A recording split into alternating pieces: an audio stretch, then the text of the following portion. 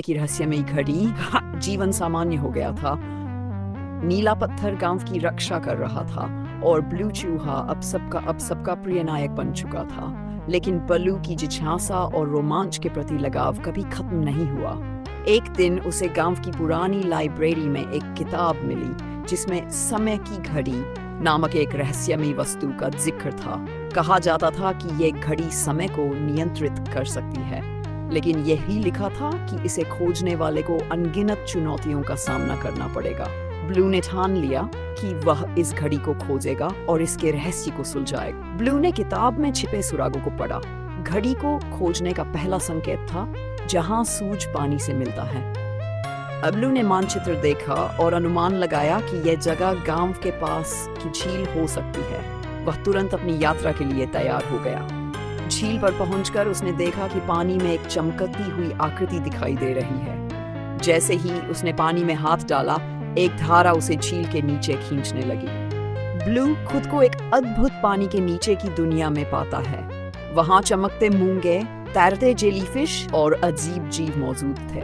उसने देखा कि पानी के तल पर एक प्राचीन दरवाजा था।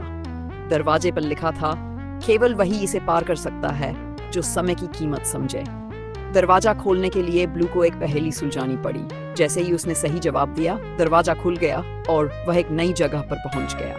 दरवाजे के उस पार एक विशाल गुफा थी। गुफा के केंद्र में एक घड़ी थी जिसकी सुइयां हवा में तैर रही थी। घड़ी से निकलने वाली रोशनी पूरी गुफा को चमका रही थी। जैसे ही ब्लू घड़ी के पास पहुंचा, गुफा में हलचल शुरू हो गई। घड़ी के रक्षक समय के 3 पहरेदार प्रकट हुए।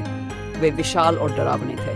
उन्होंने कहा, यदि तुम इस घड़ी को छूना चाहते हो तो हमें हराना होगा। ब्लू ने अपनी बुद्धिमत्ता और साहस का इस्तेमाल किया। उसने पहरेदारों को चालाकी से मात दी और घड़ी तक पहुंच गया। ब्लू ने घड़ी को छुआ और अचानक वह अतीत और भविष्य की झलकें देखने लगा।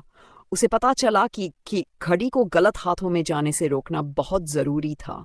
लेकिन तभी उसे एहसास हुआ कि घड़ी का इस्तेमाल करने से समय में असंतुलन हो सकता है।